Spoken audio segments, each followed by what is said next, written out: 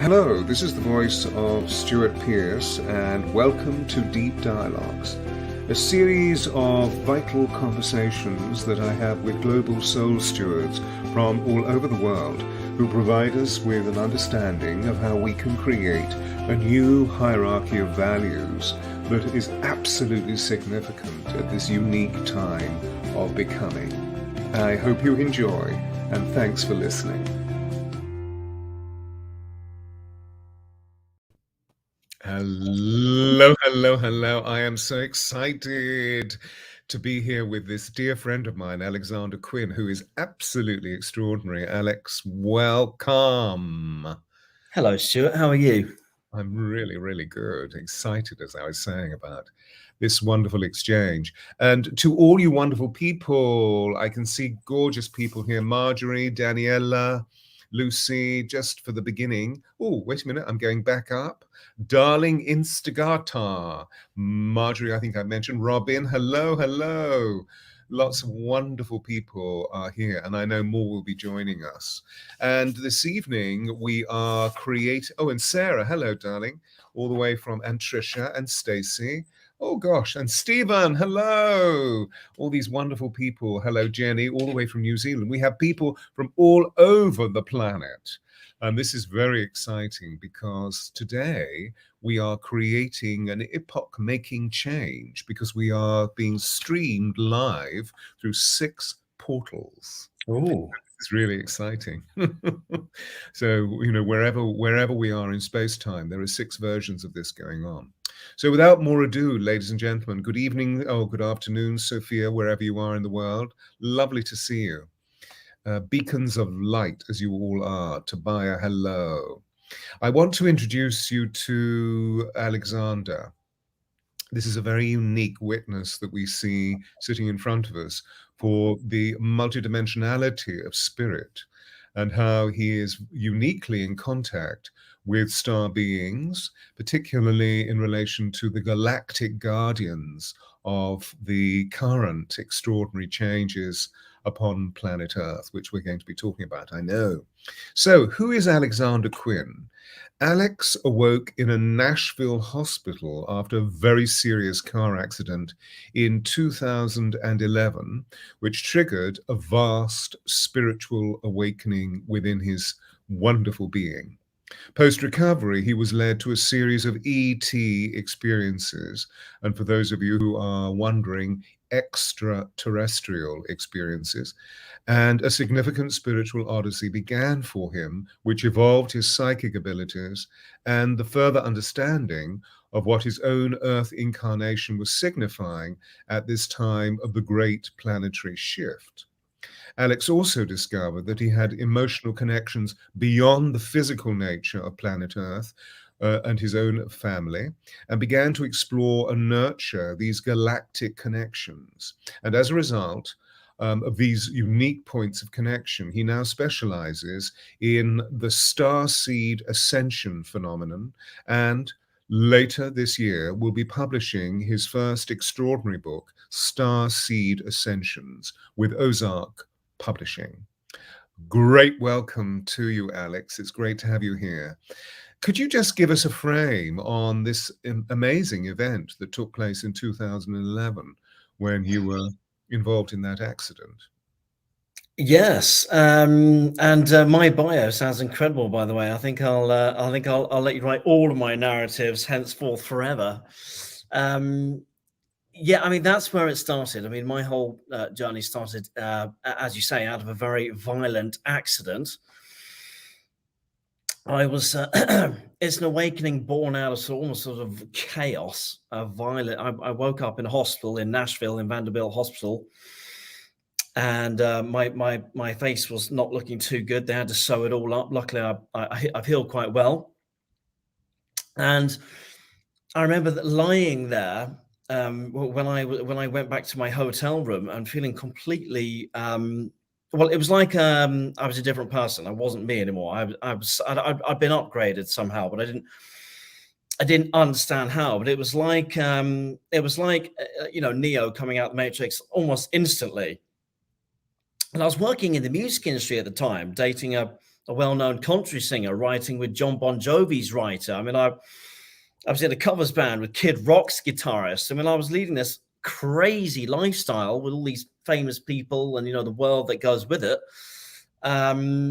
And being part of it, to suddenly waking up in a hospital and then just thinking it's all nonsense, it's all BS, like that. So you were involved in a very serious car accident. Was it a head-on collision?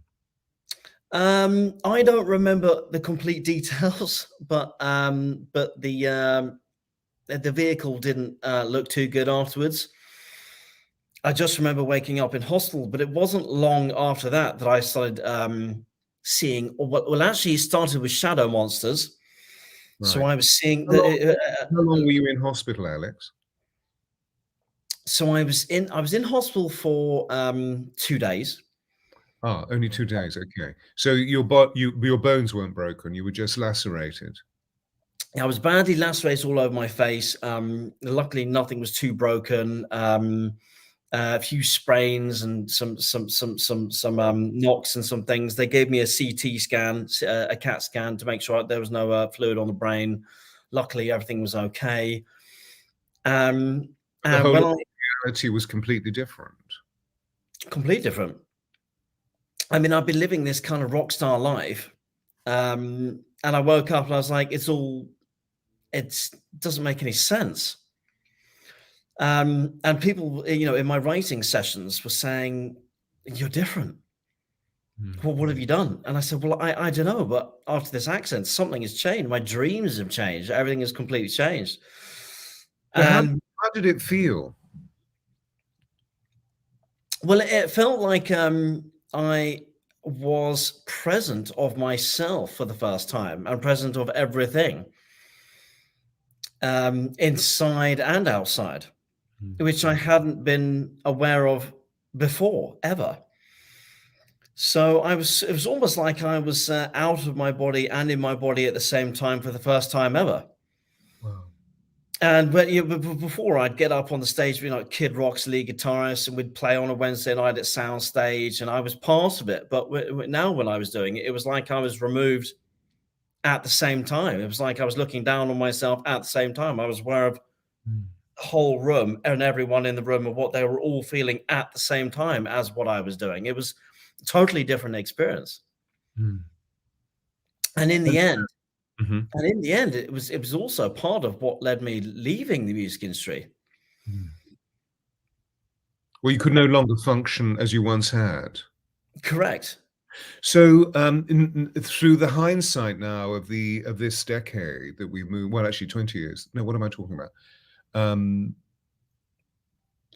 What the period of time that we moved through since the accident, and all the assimilation that you've been through, and all of the extraordinary experiences that you've been through, which I know we're going to get to notate, as it were, verbally.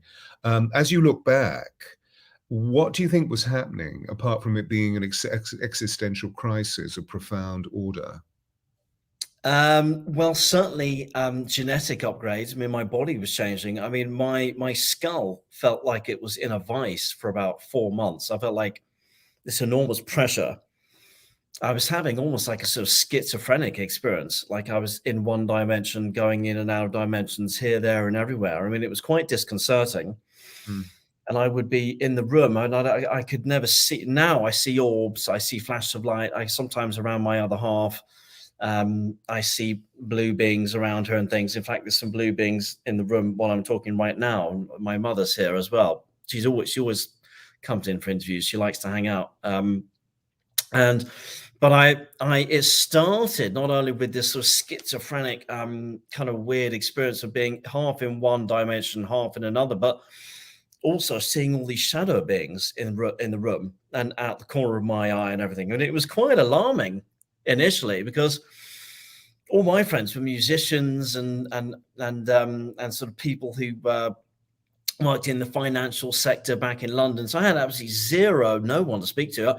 I actually thought I was going completely insane. So I locked myself away in my godmother's basement for about 2 years, and did odd jobs and bits and pieces while I started coming to fruition. But, you know, what is this all about? Would you like me to continue? Well, it's fascinating, yes, because I mean, what you're relating, I just want to, although it was immensely dramatic for you to go through, I also want to allay any fears in people's minds that when a serious head injury has been experienced, it's a very common phenomenon to be schizoid, what we refer to as being schizophrenic. It's very, very, very common, meaning that you feel yourself to be yourself, but also to be something else. And so there's an interdimensional frequency that is shifting within. The space-time continuum distorts. And so we begin to experience unusual phenomenon. But I don't want anybody to be frightened of this. It's just that this is quite common when the fluid of the brain and the synapses have been traumatized by an almighty blow. We get used to watching Jack Reacher or Mission Impossible or whoever being beaten around and then jumping up and running for 2 miles completely breathlessly and looking perfectly okay. That does not happen in life. No. And you mentioned briefly that when you got back to your hotel, so after 2 days of being in hospital, you got back to the hotel and suddenly you were alone and in the quiet of your hotel room, away from the bright lights of the hospital, away from all the medicinal care and the caregivers. How was it? Well, I also realized that I wasn't alone as well, because I was seeing beings around my room and I think, what the hell was that? And this ringing started in my ear going, Mm, and I said, go away, stop, what's that? And it would stop straight away. mm, And then like a few days later on, it would come back, always in my right ear. And I said, oh, whatever, just go away, stop. And it would stop. So it was almost like a sort of violent sort of awakening almost. I mean, and an awakening is something, it's just the beginning of a journey, really. It's not something that it's neither a destination it's just the beginning of something. But it also triggered a chain of events with Arcturians, experiences, going on ships in a very short space of time, and a grand initiation full of a plethora of great stories that I'm ready to amazing. expand upon whenever we get to that juncture. So the sound frequencies that you were hearing were obviously to do with the way that you were receiving high pulsations of light that downloads into sound as part of your calibration. And I'm assuming that there were sonic keys that were being given to you by the Arcturians or indeed by other galactic beings. So there were keys to allow your frequency to change so that you could actually receive the pulsations of light that they were giving you. What was the first big awareness of, wow, this is interesting, that when you were being spoken to by the Arcturians or whomever was there? Well, I would say the first. I mean, there were many big ones. The I first would one. say, I mean, the first initiation I would say initially was from my mentor, who's sadly dead now, but she was a Anunnaki Zeta hybrid, born in a test tube in an underground military base. She was created by deep state military in America, and she was a real ET. I mean, when I used to have Zoom calls with her, her eyes, the pupil of her, the change of the shape of her pupil would change on the video call. I mean, it's real. I mean, these beings are real. It's not just, but usually you have to go to an underground base to see them. But they discharged her. They tried to kill her in 2 car accidents, and eventually they couldn't kill her. Gave up, set her off back out into civilization. She lived in Sedona for a long time. And then I was having this crazy awakening. Sort of not knowing who I was, jobs changing every 2 minutes, friends changing every 2 minutes, couldn't place myself in any reality as I was sort of fast tracking through the dimensions. And I somehow found her, and I started working with her, and she said, right, you've got many incarnations. Your first one was feline Lyran being, you've got Andromeda, and you've got Regulus being, you've got a lot of cat qualities in your heritage, in your Akashic record. But what is resonating with you presently, most abundantly at this moment in time, partly in resonance with your soul mission and things you need to be doing, are the Arcturians, because they're coming through very, very strong. And I did a reading with her, and she actually took a picture of my ear for some reason. I've never had anyone do that before, and had a look at my ear, and she said, I'm aware that you're someone who is part of the operations of an Arcturian ship. What I would suggest is I'm also a sculptress. I make these sculptural beings. Like she actually made the one that's behind me. I put the essence of being, but check out all the ones that I make. And I didn't know what Arcturians look like by this time. She said, just go and find one that you think resonates with you and pick it out. So I picked out the one behind me. She said, okay, well, that is an Arcturian. We already knew that because you have that resonance.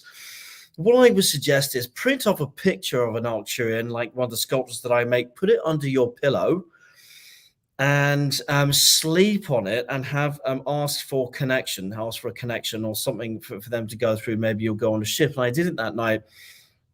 And I remember lying down on my pillow and going into trance very, very, very quickly. And then waking up, what seemed like 8 hours later on, I got up and I was like frantically ready to get ready for work the next day. And yet it was only 11 o'clock at night, and only half an hour had passed. And I ran downstairs, and I was alone in the flat at that moment in time. And I thought, I must go and say goodbye. And I was running around all the rooms in some sort of daydream, trying to say goodbye to someone that wasn't here. And I thought, that's strange. Who am I trying to say goodbye to? Because I felt like I'd been with someone or group of people, but I couldn't understand who and where and why they weren't here. It was all very confusing. So I thought nothing of it and went to bed. And then the next day, my mentor, who I hadn't spoken to in 2 weeks, gets in touch. She emails me and says, right, they took you on board the Athena last night. You were on board the ship. They were doing work on you. You don't remember all of it. Apparently you were a bit discombobulated upon working and a bit sad. So they didn't allow you to. And I said, well, that's strange, because I woke up in some sort of frantic state, running around the flat trying to say goodbye, but didn't know who I was trying to say goodbye to. And she said, well, that's what happened. You need a past life, you need a regression immediately, because there's work they've done on you. And I also remember getting a download that was quite vivid during that very short space of time. And the only way I can explain it, it was like a million images, like thousands of images going, it being imprinted on my brain, going into me, ready for encoding. And what were the images? What were they were encodements, presumably? I can't remember. It was like thousands of images going coming at me, like you know how like a video when you watch on a screen, I think it's something like 26 images or 36 images make a second, and that's how, it was something like that. Yeah. And I was getting all thousands of like DNA all coming all in once. And it was so bright that I could see my skull, like almost like when a nuclear blast goes off. You apparently, when the nuclear blast goes off, you can see the bones in your fingers, because they can't cover the flash, and that's what it was like. And then onwards, that's when I started getting quite strong moments of telepathy and very strange synchronicities. I remember having vivid dreams, like I would dream something and then it would happen the next day. For example, I dreamt that my boss was going to ask me to play football the next day, and I thought, that's strange, such a vivid dream. I went down in the canteen and my boss just randomly comes up to me and says, well, we're going to go and play football with my kids across the park. Why don't you come? And this just kept on happening over and over and over again. So I remember having dreams of going to Arcturus and seeing what the atmosphere looked like and things like that, and being on ships and seeing what the ships looked like, and all these initiations happened in a very short space of time, and then nothing. And it was devastating. When you say "and then nothing," what does that mean exactly? I mean, nothing for a period of a day, or 5 minutes, or a week, or a month? Well, I mean, I would say nothing for about 6 months to a year. So I was having these incredible dreams and being on the ships and these experiences, and then it just got completely dead. And I've since spoken to other contactees who have had this, like what was like an initiation process, and then it's almost like they hand you the keys and say, right, you came down here to do something, now it's time for you to get on with it. And I've spoken to lots of people who've had a similar experience, but what did stay from time to time is I will get like I'll be in the shower And sorry for the visual, whoever's listening, but or I'll be driving my car, and suddenly, boom, this thing comes in. It's like a chapter of a book that wasn't there before, and it's like now, this urgency that comes in, and then I put my fingers to the keyboard, and then I write, and it just comes out like zoom, just comes out. And I remember writing this thing on how time works. And I thought, where did that come from? I mean, where did this information come from? And other people have said, well, that's really great that you wrote that. Other, people who've channeled things, and they said, because I got exactly the same thing 20 years ago. So it's been like that. It's been lots of, and it's often, I mean, there are some people like Daniel Scranton who are in control of the process, where for me, it's more, it happens least when I least expect it. And then it's like, right now, this sense of urgency comes that now, you got to go now. But I'm usually at home when it happens. So I'm near pen and paper or near the keyboard. And this feeling of, all I can say is like divine love comes down. But the most beautiful experience of the Arcturians I've ever had outside Dreamscape, when I've been in my full waking hours, was when I did this geometric Arcturian meditation, and an Arcturian being came completely into my body and shared their space with my space. And I can only say it was like a feeling of pure ecstasy. And I've never experienced anything like it before. And I just laid down like this, like, oh, like I've been injected with opium or something. Let's stay with divine ecstasy. Well, I mean, with divine ecstasy, but I mean, how do you explain divine ecstasy to someone that has never experienced it before? But yes, I mean, divine ecstasy. So, well, I don't think many of us have actually been opiate addicts either. It's just that, as soon as we move into the drug usage, it becomes very tendentious. yeah, sure. From I'm just thinking of our role as caregivers, And I fully appreciate that. Not legitimate to suddenly go and take a drug and hope that we're going to experience divine ecstasy. Oh no, you won't. So presumably the time when suddenly the images and the information ceased, that the Arcturians were giving you time in the density of weight, space, and time, because these are extraordinarily dense energies, to calibrate, to assimilate all of the information that they're given. So the encodements were working on your cells. The difficulty is that if we're dazzled by this degree of information and then suddenly it goes really, really quiet, it can be, where's the next download? I mean, what you're describing is very, very similar to what happened to me in 1987 when I met the angels. For me, it was perhaps more prolonged physical confusion and chaos as this extraordinary light passed through my being, right through my heart. And literally, although this sounds really hyperbolic or dramatic, I thought I was having a heart attack. There was something extraordinary about the muscles of my heart being contracted, expanded and contracted. And I remember people saying to me that they were aware of the pulsations of light that were coming out of me. I'm dealing obviously with, talking about people who are brothers and sisters who have the ability to see. Once or twice, because I was still continuing to teach at that time, teaching young actors how to be important on the stage, as it were, how to embody character. And they would often say, Stewart, something's just odd has just happened. There was a big flash of light coming out of you. And I would say, oh, it's probably just, it's probably there's an electrical magnetic disturbance on our planet to do with, meteorological changes or something.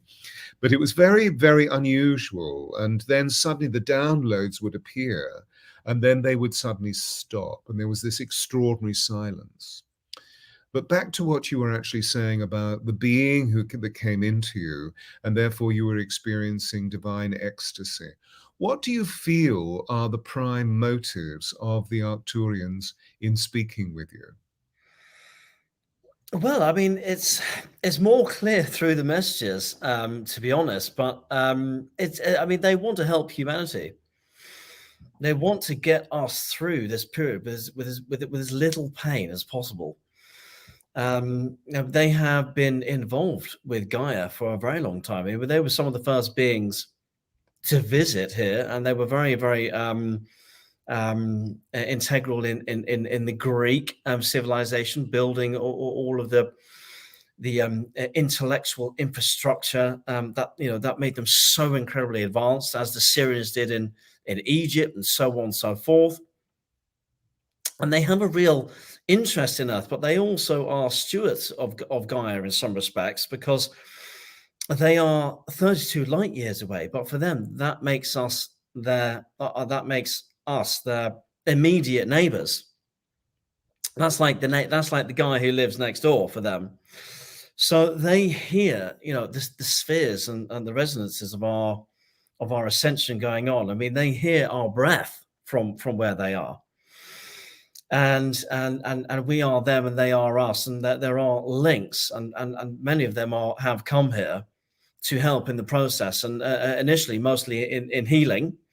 There are lots of different ETs doing different things. Some are working with the financial system, some more with healing, some with the grids, and so on. So, but the Arcturians certainly are the great healers, and they are, I mean, on the Athena, on some of their big motherships, they have healing chambers that work with resonances and electromagnetic frequencies and some such, but they can heal anything. And as the Arcturians have said themselves, they have dealt with many beings, including the humans, and they have found in their experience that when they bring beings, not just humans, but other beings, into their healing chamber, there is so far no being from any galaxy that they have not been able to heal or resolve a physical or etheric problem with so far. So the Arcturians are some of the most advanced healers, not only in the galaxy, but the universe, along with Nebulan healers and some other beings and some such. So they are very much of the healing process, and also working with a lot of the trauma that especially the old souls have been through, that have been here a long time, akashically within the cellular and atomic tissue and makeup of our being, where all these things are trapped akashically. And so they're very prevalent in wanting to get the message across in a very gentle way, as to think forward and look through things as neutrally as possible, but also work with us on a cellular level. And they're lovely, lovely beings. I really like them. They do have a sense of humor as well. Not as much, I would say, as some other ETs. The Pleiadians have a more dry sense of humor, but the Arcturians do have a sense of humor. And how does that appear? They like to play with our words. They like to play with certain words and colloquialisms that we use and things. I would say the Pleiadians are slightly more funny. They have a drier sense of humor, but the Pleiadians do like to dabble in terminologies and things that we use, and it brings them great joy to do that. Many of the ETs have a terrific sense of humor. That's what people think. They're very, very serious. They are highly evolved, and the Arcturians themselves can process information at approximately 100 times faster than we can, but they do enjoy a laugh. So when you speak of this, I'm assuming that it's not that you suddenly hear jokes or stories or word distortions that are funny happening within you, but you're actually feeling an amazing level of thrill within your body as a result of their light transmissions to you, the intelligence of their light transmissions. Is that accurate? Yes, but I would also say through the wording that they use, and I've seen it not only in my messages, but I've seen it through other people as well. Right. Could you give us an example of what that means? Oh goodness! So they might use something funny to say. They might use a funny word, like I don't know, something like for example, I might say, "Put your foot on the gas." Or like, and then they might start using a word like that. They might say, as our vehicle might enjoy saying, we'll also put our foot on the gas, so to speak. Something like that. It's a subtlety, but it's but you see that they have a sense of humor, and they thoroughly enjoy using it, because they find us as fascinating as we find them. That's what people don't don't always see. They see them as a much higher being, and we are so in some sort of level of subservience because we are, inferior. But they are as fascinated by us as we are of them, and they And are fascinated. why is that so? Why do they say that, or is that just a feeling that you have? It's both, but also, they're thoroughly their reality is quite different from ours, and also our cultures are so different. And little things like, they only sleep once a week, and they breathe in liquid light. They also drink an effervescent liquid for their for nutrients and things as well. But also little things like they enjoy. They think it's interesting how we have a bath.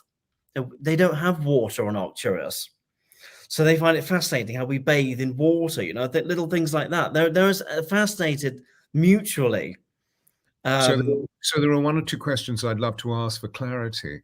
So we're dealing with a group of beings, obviously a vast group of beings, and a very organized culture that have bodies. They are both.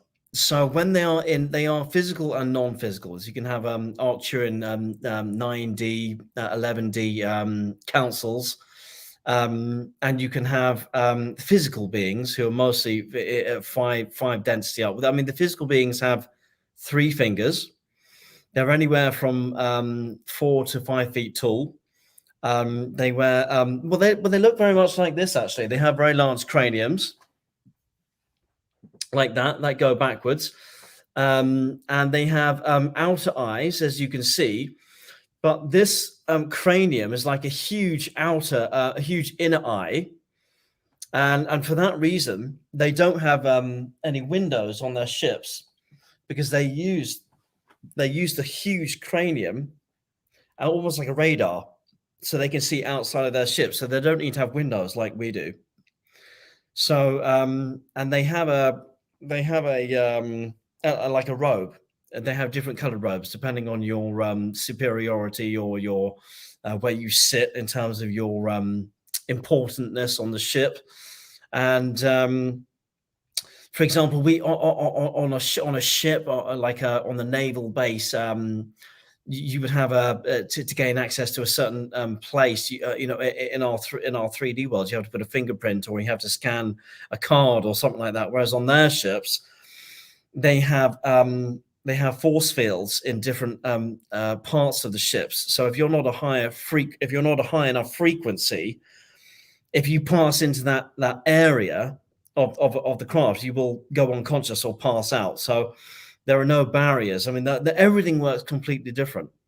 But if you were in physical, when they're in their physical, they have different ways of stopping some of the more junior members going into some of the more important parts of the craft when they're in the actual physical. They can move things telepathically around with their mind. So that's why they only have, as they call them, 3 projectiles. They don't call them fingers, they call them projectiles. And they can actually float. So they can physically float. They can actually, like many beings, actually pass through walls, because they can change their atomic structure. But Arcturians can actually float. So that's a bit about their physicality. Thank you.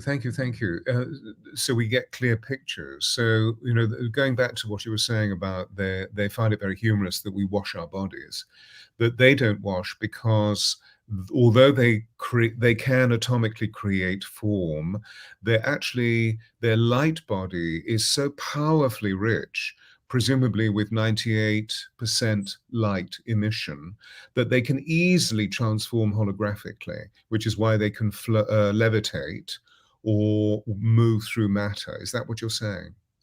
I am aware that they can change form, yeah. So they can become physical and non-physical, some of them. Right. So often when humans to a comparative, a relative image, that we know that, I mean, the being that was known as Sai Baba, who was the cosmic Christ, who called me magically, mysteriously, this is nearly 50 years ago now, And I went to be with him in India. He could also do these things. Do you see? I saw him walk on water. I saw him walk through walls. I saw him bilocate.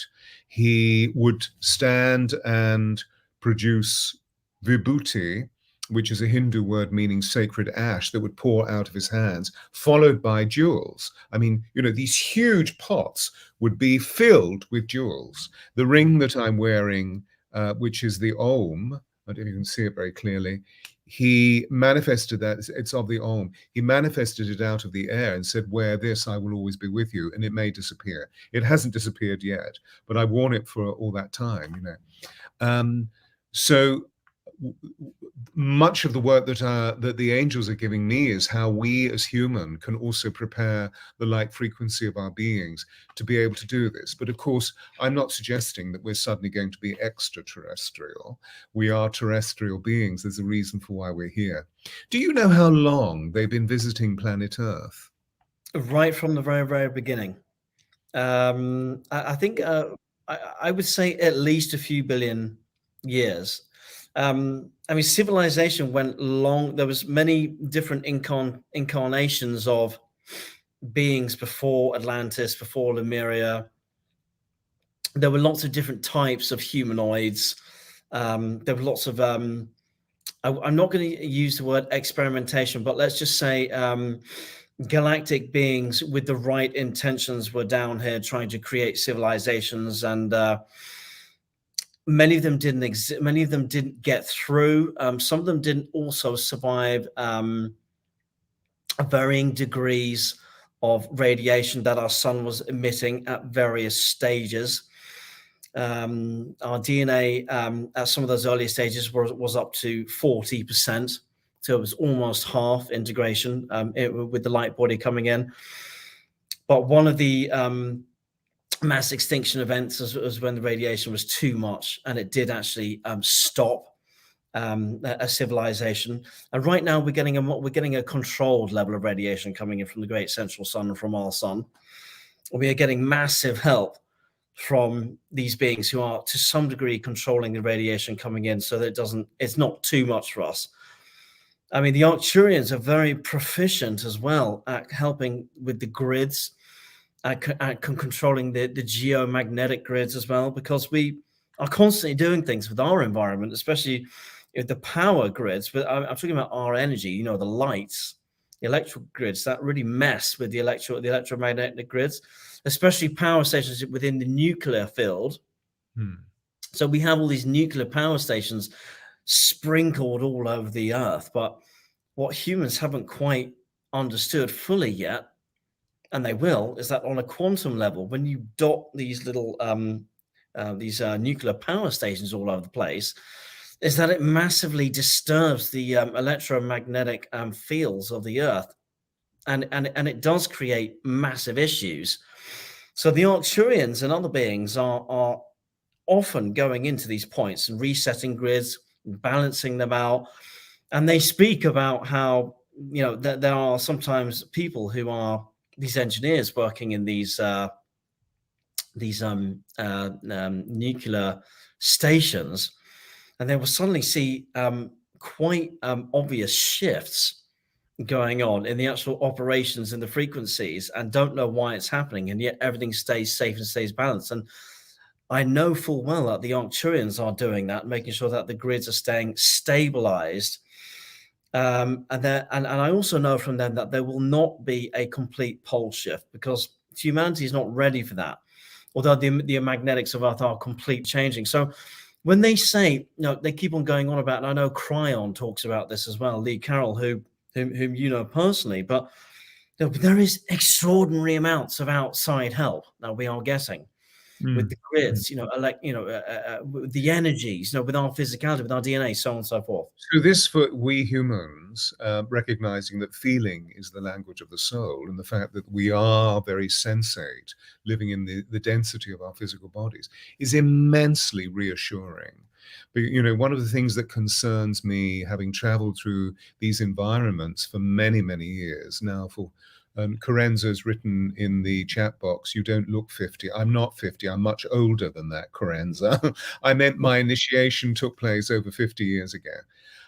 Obviously, I don't mean when I initiated that I was born, as a human being. I mean that I awoke as a young adult to the nature of the extraordinary amount of multidimensionality that poured through me. I was completely awake as a small child, but of course, I spoke about what I was seeing, and so many of my caregivers looked at me in horror, and I wasn't easy to educate because I couldn't read and I couldn't compute. I was thinking on a completely different level. However, back to where we were. So what's wonderful is what you're saying about the benevolent and beneficent force of these extraordinary beings, which fills me full of awe and wonder and great love and respect for what they're doing, that they're aware of the frailty, the fragility, and the vulnerability of we humans and the delicacy of our biosphere, and that they're actually here doing something about it. Because I know that the rumors have spread within our community over the years of, whenever there has been a natural disaster, for example, an oil container at sea is involved in a terrible accident and the oil pours into the oceans, and as we know, destroys marine life and often terrestrial existence of the bird life and so forth. That we've all been very, very concerned about that. And it's often leading healers have sent prayers to our extraterrestrial friends saying, please help.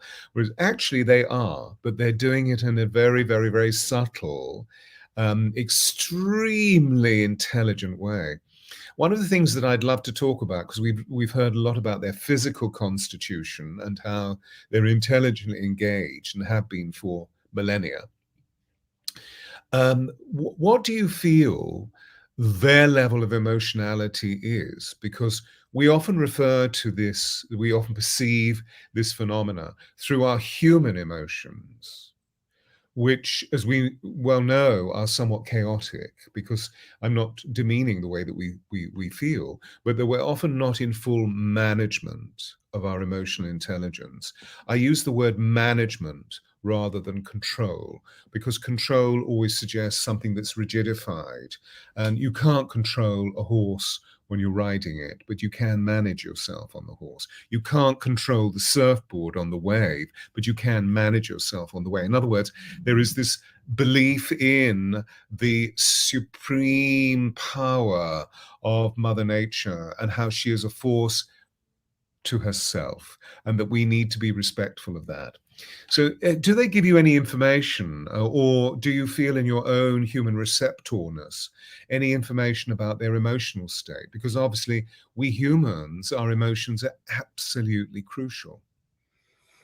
Well, emotions are the soul's way of often showing a physical vessel what it is we are feeling, and sometimes thinking. But with the Arcturians, I am aware, and I'm going to have to think of how to word this the correct way. I am aware that they are aware that their emotionality, or their emotional perception of their now moment, if you want to call that, is what they sometimes have to work hardest on to keep entrainment. So they have to sometimes keep cognizant the most of their emotional perception and the way it works with their reality, because they are manifesting at such a high level that they have to keep such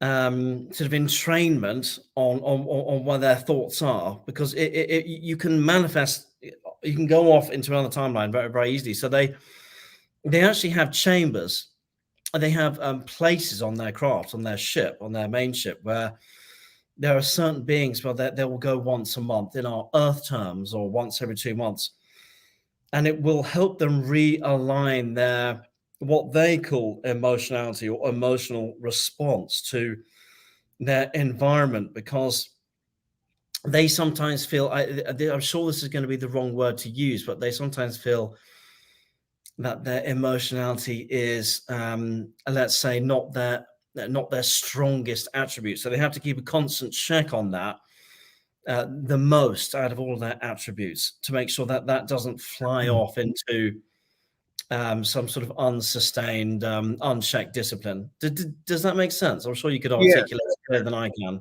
Well, I mean, the challenge, I guess, is for we humans is to perceive what is the level of life vibration within extraterrestrial beings. And what we do is we look through the lens of our own humanoid perception. And these beings have an advanced technology. They do not feel in the way that we humans feel. But that doesn't mean to say that they're not feeling beings. But the level of vibration, I mean, for example, I'll give you an experience, a quick story.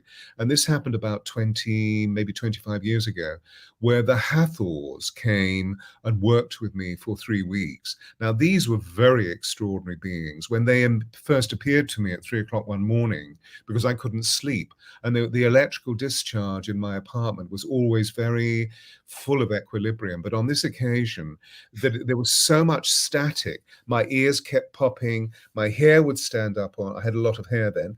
My hair would stand up on end, and I was living alone. And I just kept on hearing these extraordinary zing sounds in the entire apartment. So I got up thinking, now what shall I do? If something is going to be speaking to me, I know I can feel the energy, and I can feel the doorways or the portals opening.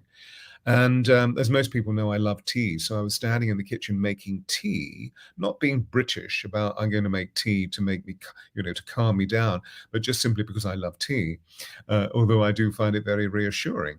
And suddenly I was aware of the fact that these huge beings of light were standing behind me. There were 3 of them, and they were huge. I mean, they literally went through the high ceilings of this apartment within a Victorian house that I was living in. And they taught me for about 3 weeks, and their parting gesture to me, they taught me about feeling is the language of the soul. They taught me about emotional intelligence.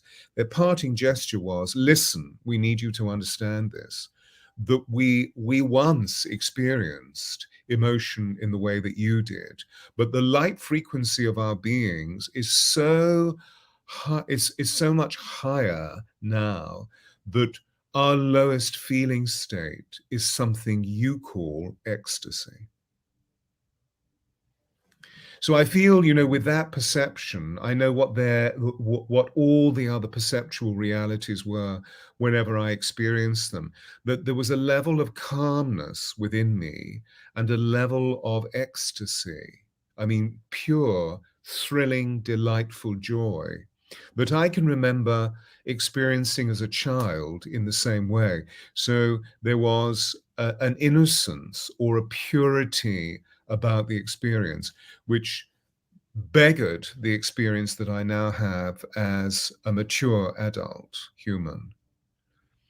And a quality of expansion that was absolutely vast. So I know what you're talking about. I would often see hemispheres with extraordinary pulsations of light, and then symbols were formulated within the light. But the symbols were not necessarily the characters that we see in the written English language or indeed in Cyrillic. For example, when we go into the Chinese lettering, the Japanese lettering, or indeed when we go into the Russian lettering, etc., etc., it was completely different. Or, reading hieroglyphics as I do, having journeyed through Egypt over the last 50 years, etc., etc., very, very, very different. When they communicate with you, do they come, the light language that you speak, do they come in these high pulsations? I would say it's more like a dump. It's more like they just dump a whole lot of information, and then it's just there. It's like imagine reading a chapter of Lord of the Rings, like a fiction book, for example, and then suddenly you're aware that you have company, and then you're aware they're there, and then it's just like we're just gonna just pop that in your head, and then suddenly you've got a chapter of a book that wasn't there before, but with a feeling, a different presence and feeling that wasn't there before either. Mm. I would say an extreme love for humanity. that you didn't have 2 minutes ago. Mm. That slowly wears off as the day goes on. And presumably, because of the download, the intelligence of the entire chapter is present through the organic nature of the way that our microbiology functions. So we feel different. We feel a quality of information expansion, which leads us to these statements that we make of intelligence, of human beings. We feel more intelligent, or we feel wiser. There's a quality of wisdom. Is that I right? mean, I wish I could be with, I wish I could have Arcturian. I mean, I have beings around me often, but I wish I could be with them and they could be inside me all the time, because it's just a feeling of feeling very, very light and feeling like almost like in a child state. You know, when you're a child, everything is so exciting. You're so innocent. You don't know anything of the world. Everything is so magical and so inspiring. That's what it feels like. It feels like to be a very, very light child, and with wonderful wisdom. Mm, mm, So this is the way I was just describing it, you see, the level, because I have a maturity about me now, and although I still feel my inner child comes out to play, but whenever I experience the Hathors through the work that they did with me through these 3 weeks, and it certainly was only 3 weeks, it's not the amount of exposure or absorption that you've been through, that it was taking me right back to those early memories of the complete wonder and awe that I had as a child, where, wow, except in the feeling of what it is to be the age that I was then, which is 25 years ago. So I socks mean, away now. What I'd love to do, if I may, because our time is ticking on like mad, is to ask if there are people are scribbling away in the chat box, which is wonderful. But I just wondered if there were any questions that anybody would ask of. We have an extraterrestrial specialist sitting with us, who particularly, as we've heard, is in connection with the Arcturian civilization. So delve deep into the internet. Sorry, don't know what that means.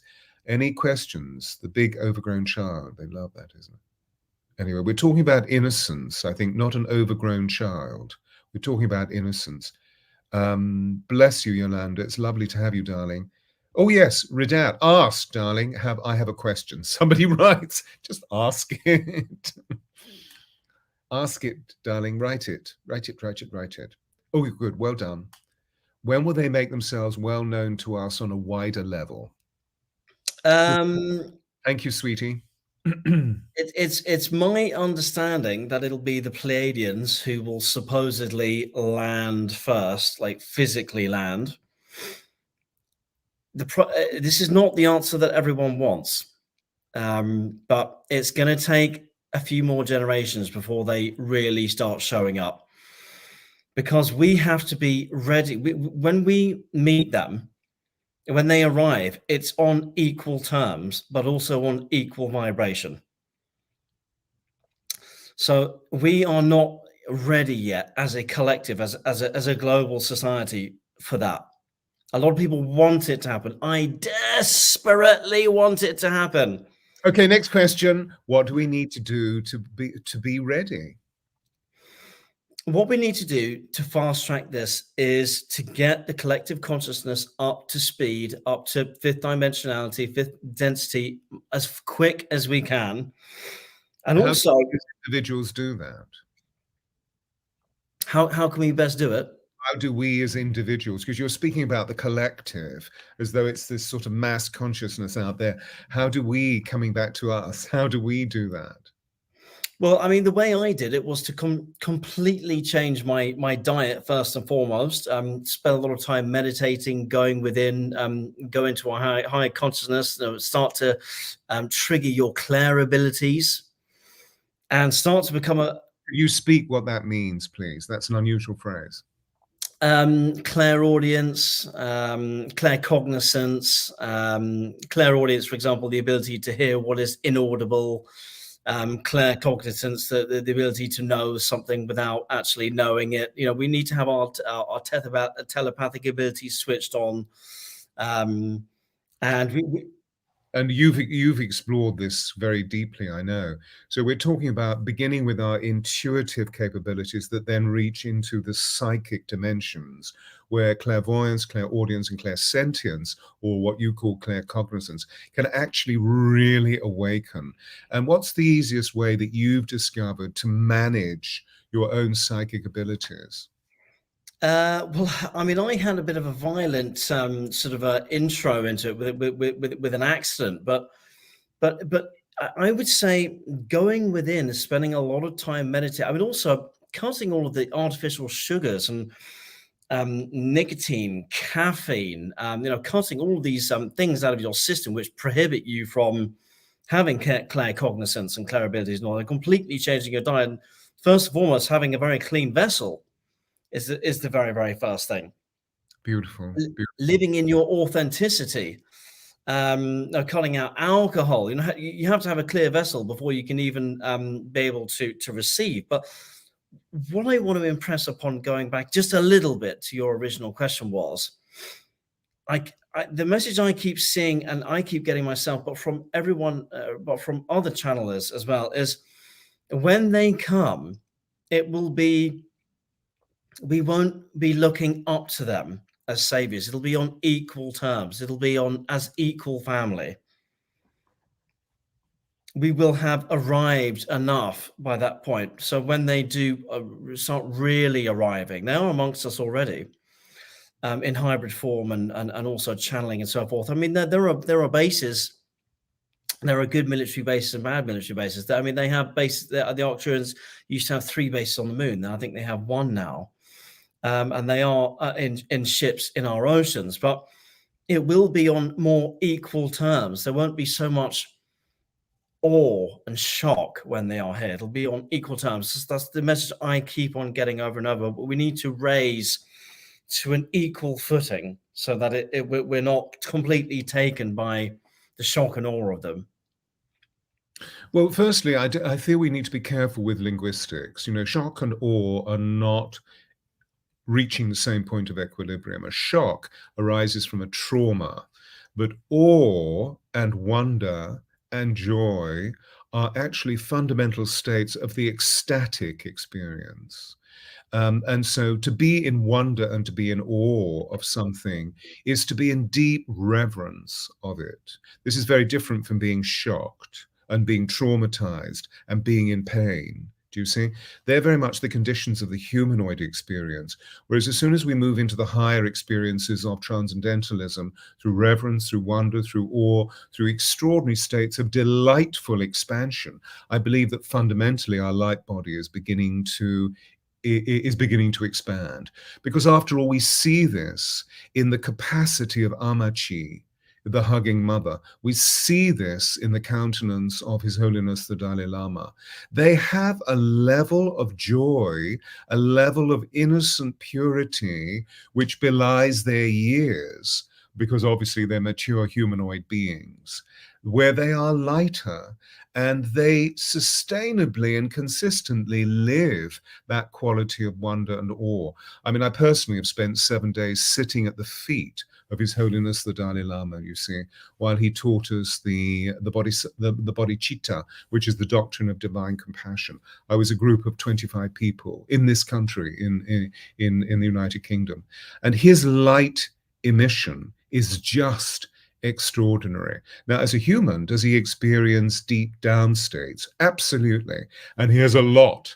Then he was still the titular head of the Tibetan people. And obviously, he was living in conflict because of his titular position with the Chinese, but constantly in a state of prayer and a state of forgiveness.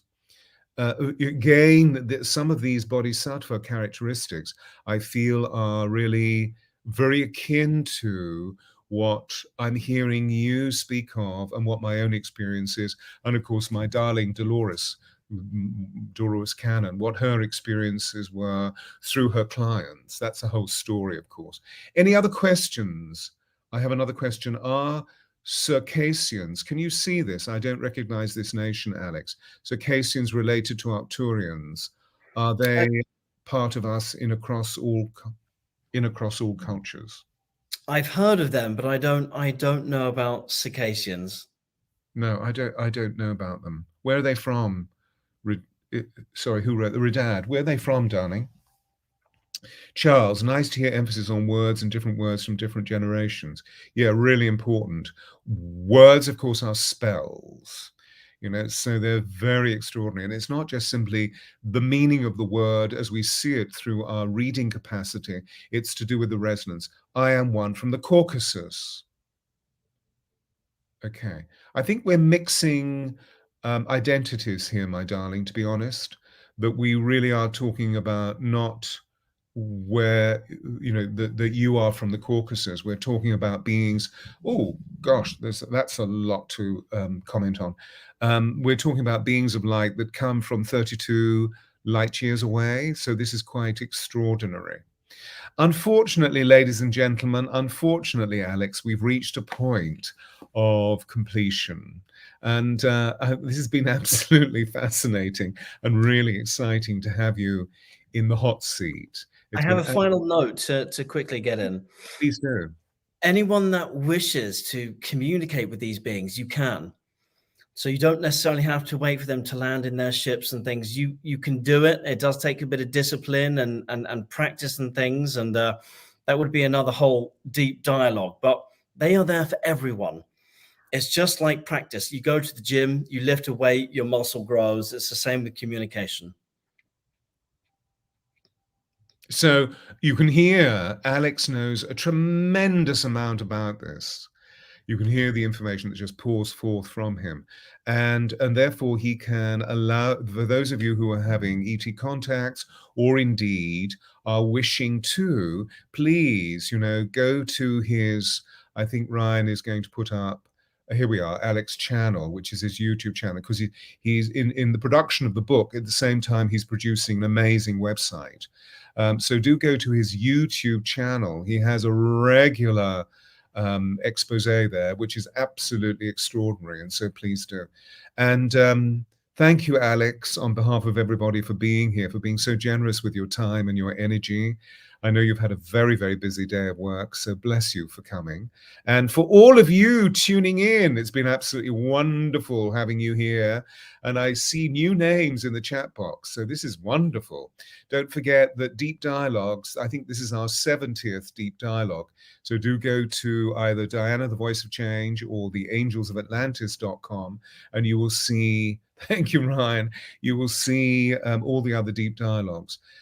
We are in the middle of a hiatus at the moment. I started a 2-day retreat yesterday, which has been immensely successful with a large number of people.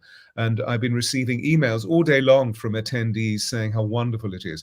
If anybody is interested in the ancient Egyptian keys to paradise, please, through applying on, there we are, you've got the website details up on the screen. By applying to the events page, you will receive a recording of yesterday's extraordinary work, where I'm introducing everybody to the 9 keys of paradise that the ancient Egyptians used to become shining ones. You see, it's not too different from what we've just been talking about, these extraordinary beings of illumination. And of course, on February the 20th, I believe it is, there will be the next enchantment. Just go to the events page and you'll see it. Bless you, Alex. Thank you so much. And for everybody, namaste, namaste, namaste. Alex, please stay while we go through the epilogue.